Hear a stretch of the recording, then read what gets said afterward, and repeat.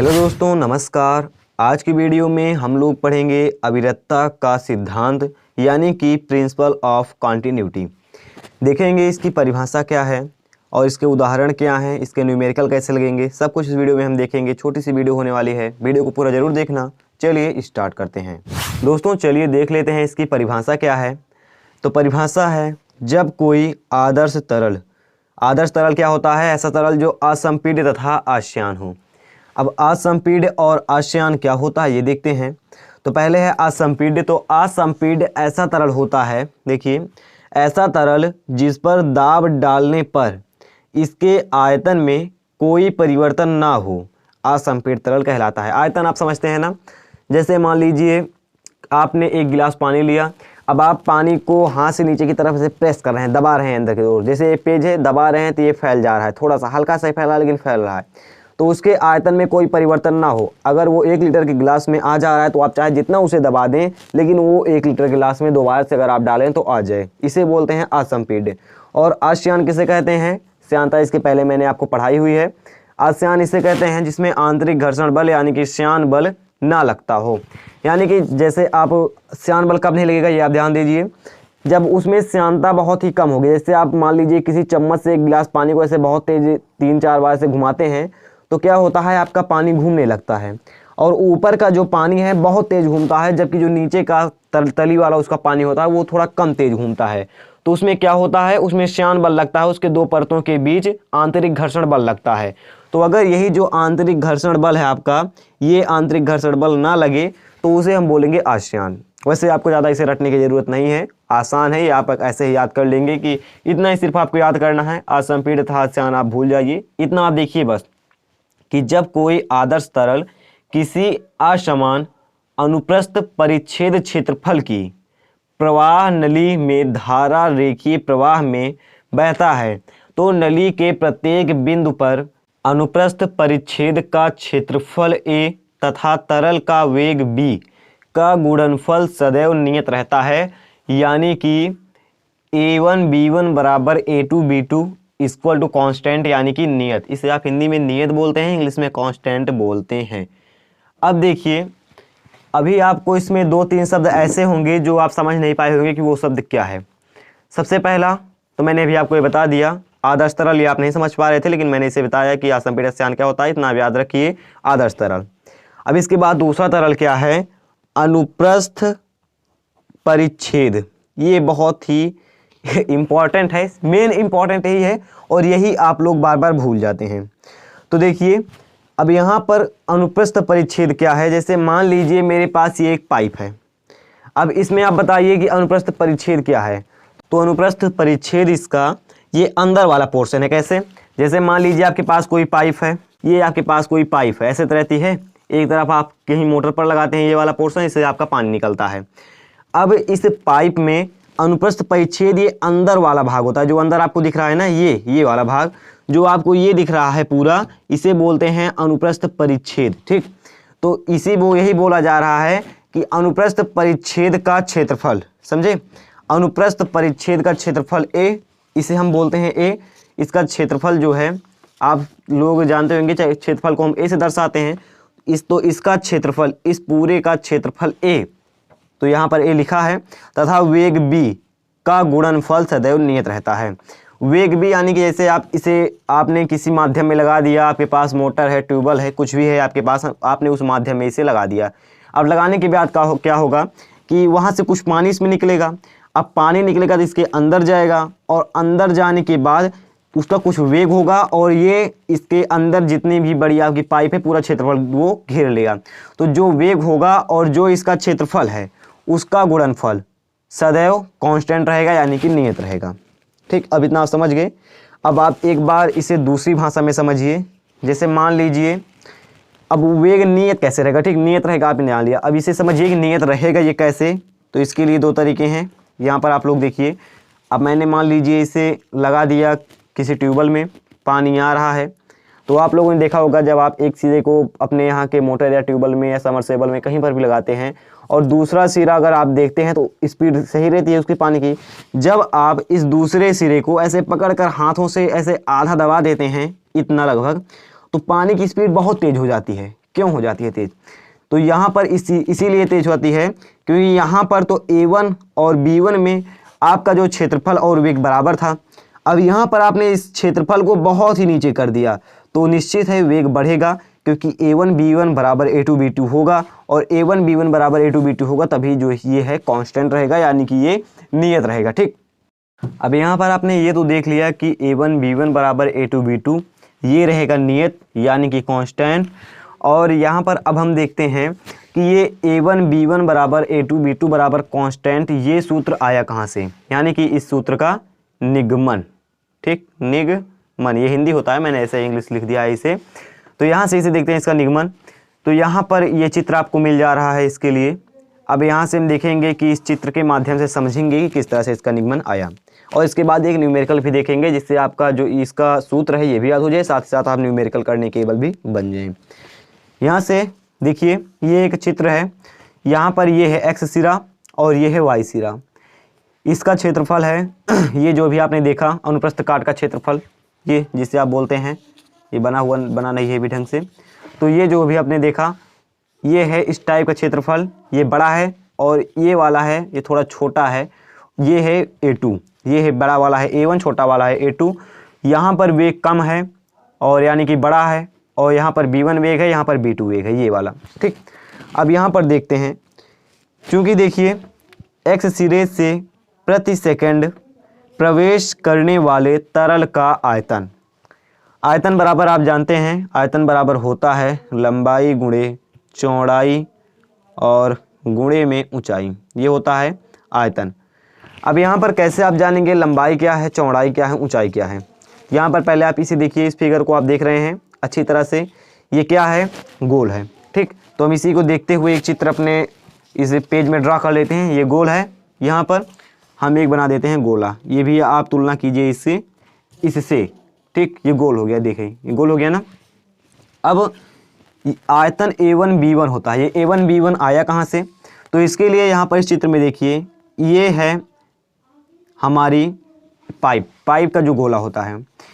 अब यहाँ पर हम बना देते हैं एक स्क्वायर, जिससे हमें पता चलेगा लंबाई और चौड़ाई इसकी। ठीक, ये बन गया। अब यहाँ से थोड़ा इसे बड़ा बनाते हैं, आपको समझ में आएगा। ये पाइप हो गई, इसमें हमने बना दिया है गोला और स्क्वायर बना दिया।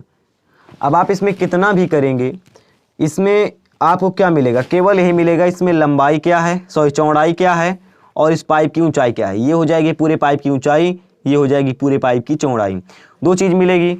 और यहाँ पर देखिए ऊंचाई मिल रही है आपको, चौड़ाई मिल रही है, दो ही मिल रही है। और लंबाई आपको नहीं मिल रही है यहाँ पर ना, लंबाई है ही नहीं इसमें। लंबाई तो हम बोलते हैं कि इस तरह कितना है, तो वही चीज़ हम देखेंगे लंबाई। अब कैसे, यहाँ पर B1 कैसे आया? अब मान लीजिए हम देख रहे हैं यहाँ से प्रति सेकंड, यानी कि एक सेकंड में कितना पानी पाइप के अंदर गया। तो यहाँ से हमें मिल गई ऊंचाई, मिल गई चौड़ाई, मिल गई। अब मान लीजिए पाइप से पानी एक सेकंड में यहाँ तक पहुँचा। ठीक, यहाँ तक हमारा पानी पहुँच गया। तो यहाँ से यहाँ तक 1 मिनट पहुँचा, तो ये क्या हो जाएगी हमारी पाइप की लंबाई। यही तो आप बोलते हैं कि पाइप हमारी 200 मीटर लंबी है, 300 मीटर, तो इसमें तो आपका 200-300 मीटर आएगा नहीं, इसी को आप बोलेंगे लंबाई। तो देखिए यहाँ से यहाँ तक जो आया वही हो गई लंबाई, और इसका जितना बेग होगा 1 सेकंड में उतनी ही दूर ये आएगी, तो इसीलिए इसके बेग को हमने लिख दिया आयतन। तो ये हो गया हमारा, देखिए चौड़ाई ऊंचाई, ये इसका काम ये कर रहा है A1 और लंबाई ये काम कर रहा है B1। ठीक, इतना आप समझ गए। इसके आगे देखते हैं अब। और द्रव्यमान हो जाएगा A1 B1 और इनटू में रो हो जाएगा। यहाँ पर रो क्यों होगा? क्योंकि होता है रो बराबर द्रव्यमान बटे आयतन। तो आयतन हमें पता है, आयतन इंटू घनत्व हो जाएगा रो, आयतन इंटू घनत्व, और आयतन आपको दिया गया है इंटू रो कर दिए हम, यहाँ पर हो गया घनत्व और बराबर आ गया द्रव्यमान के। अभी आप इतना याद रखिए कि आयतन प्रति सेकंड अंदर पाइप के अंदर जाने वाले जल का या तरल का आयतन A1 B1 तथा द्रव्यमान A1 B1 इंटू रो होता है। इसके बाद आगे देखते हैं आगे क्या प्रोसेस है। आगे यहाँ पर दिया हुआ है इसी प्रकार Y सिरे से प्रति सेकंड बाहर निकलने वाले तरल का आयतन और द्रव्यमान। अभी आपने देखा X सिरे से अंदर जा रहा था, अब Y सिरे से बाहर भी निकलेगा, तो बाहर निकलने वाले द्रव्यमान का आयतन अभी आपने B1 देखा कहाँ से आया। मान लेते हैं हम A2 B2, A2 ये है क्षेत्रफल और B2 वेग है, इतना आपको पता चल गया। और द्रव्यमान A2 B2 इंटू रो, क्योंकि देखिए जितना द्रव्यमान x सिरे से जा रहा है, यानी कि जितना द्रव्यमान 1 सेकंड में इसके अंदर जाएगा उतना ही द्रव्यमान 1 सेकंड में y सिरे से बाहर निकल रहा है। ठीक, जितना अंदर जा रहा है। अब अगर यहाँ पर पानी हम इसे बंद कर देते हैं, ये अगर आप सपोज कीजिए कि आपका पानी बाहर निकल ही नहीं रहा है, आपने इसे बंद कर दिया, तो क्या होता है, एक समय कुछ टाइम तक तो आपकी जो पाइप है तनी हो जाती है, और जब आप बंद ही किए रहते हैं तो एक समय ऐसा होता है जब आपकी पाइप जो है फट जाती है और कहीं जगह से, बहुत सारी जगह से इसमें पानी निकलने लगता है। पानी क्यों निकलता है? क्योंकि पानी बाहर निकलने का प्रयास करता है और बाहर नहीं निकल पाता है, इसीलिए फट जाती है पाइप, तो मतलब दूसरी जगह से आपका पानी बाहर निकलने लगता है। तो जितना पानी प्रति सेकंड इधर से जा रहा है, अगर इतना पानी, अगर आप अपनी पाइप को न दबाएं, जितना पानी इधर से अंदर जा रहा है इतना ही पानी इधर से बाहर निकले तो आपकी पाइप नहीं फटेगी। ये आप ध्यान रखिएगा। तो जितना पानी 1 सेकंड में इधर जा रहा है उतना पानी इधर से निकलेगा, क्योंकि अभी आपकी पाइप फटी नहीं हुई है, अभी इसका मुंह दोनों तरफ से खुला हुआ है, पाइप नहीं फटी है, दोनों तरफ से खुला हुआ है। जितना द्रव्यमान 1 सेकंड में अंदर जा रहा है उतना द्रव्यमान 1 सेकंड में बाहर निकल रहा है। तो हम क्या लिखेंगे, पहले का द्रव्यमान था A1B1 इंटू रो बराबर A2B2 इंटू रो। ठीक, द्रव्यमान A2B2 रो, इसी प्रकार था पहले का A1B1 रो। तो द्रव्यमान बराबर रहेगा 1 सेकंड में अंदर जाने वाले, ये पानी जा रहा है अंदर 1 सेकंड में, और ये पानी आ रहा है बाहर 1 सेकंड में। ठीक, अब यहाँ से रो यानी घनत्व तो बराबर ही होता है। अगर मान लीजिए जल है, पेट्रोल है, कुछ भी है, तो एक ही समान प्रकार के तरल का जो घनत्व है बराबर होगा। तो रो से रो कट गया, A1B1 बराबर A2B2 जो भी आपने पहले देखा था, और AB बराबर हो गया कांस्टेंट। कैसे हो गया, A1B1 बराबर A2B2 हो गया यहाँ से, तो ये हो गया AB कांस्टेंट। या आप इसे भी कर सकते हैं A1B1 बराबर A2B2 इक्वल टू कांस्टेंट। ये हो गया आपका। अब देखते हैं इसका एक न्यूमेरिकल, अभी आप समझे नहीं होंगे, कुल मिलाकर आप इतना ध्यान दीजिएगा।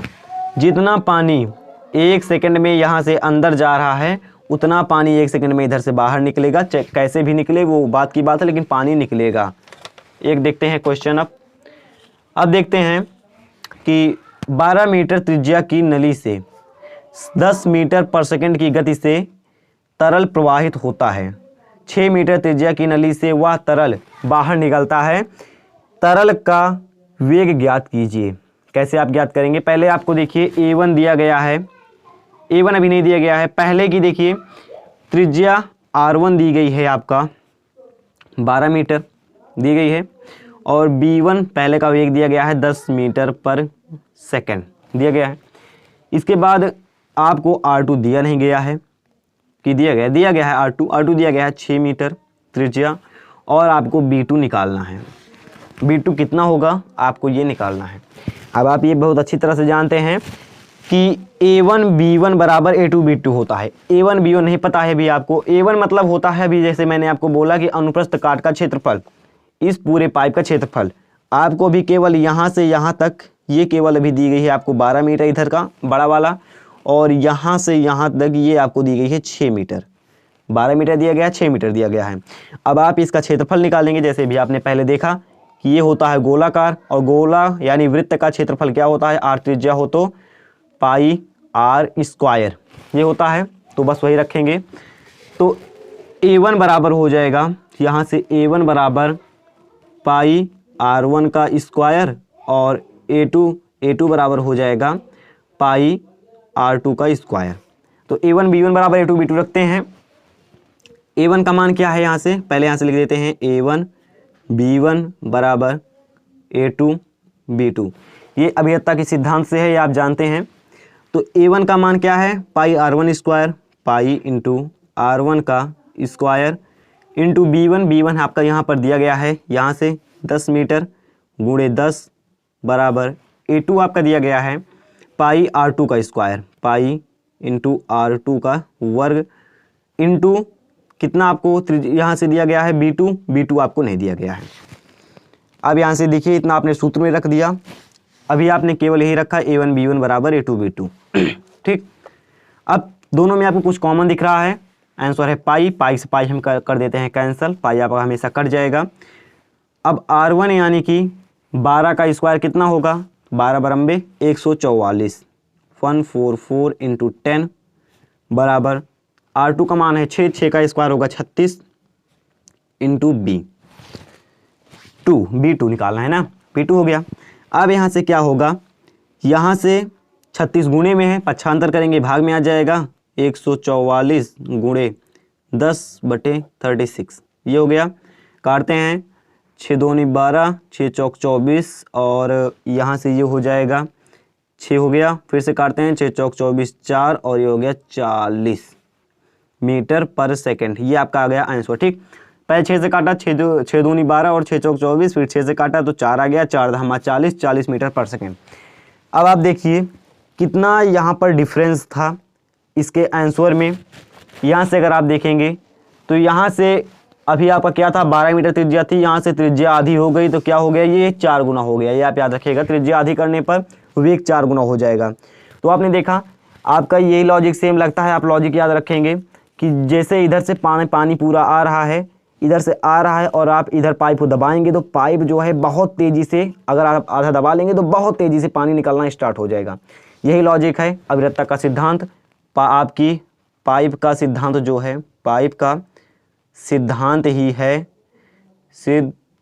ही है आपका अविरतता का सिद्धांत। ठीक, अविरतता का सिद्धांत। आई होप आप लोगों को ये वीडियो अच्छी लगी होगी। वीडियो अच्छी लगी हो तो कमेंट करके जरूर बता देना। मिलेंगे ऐसे किसी नेक्स्ट वीडियो में। जय हिंद।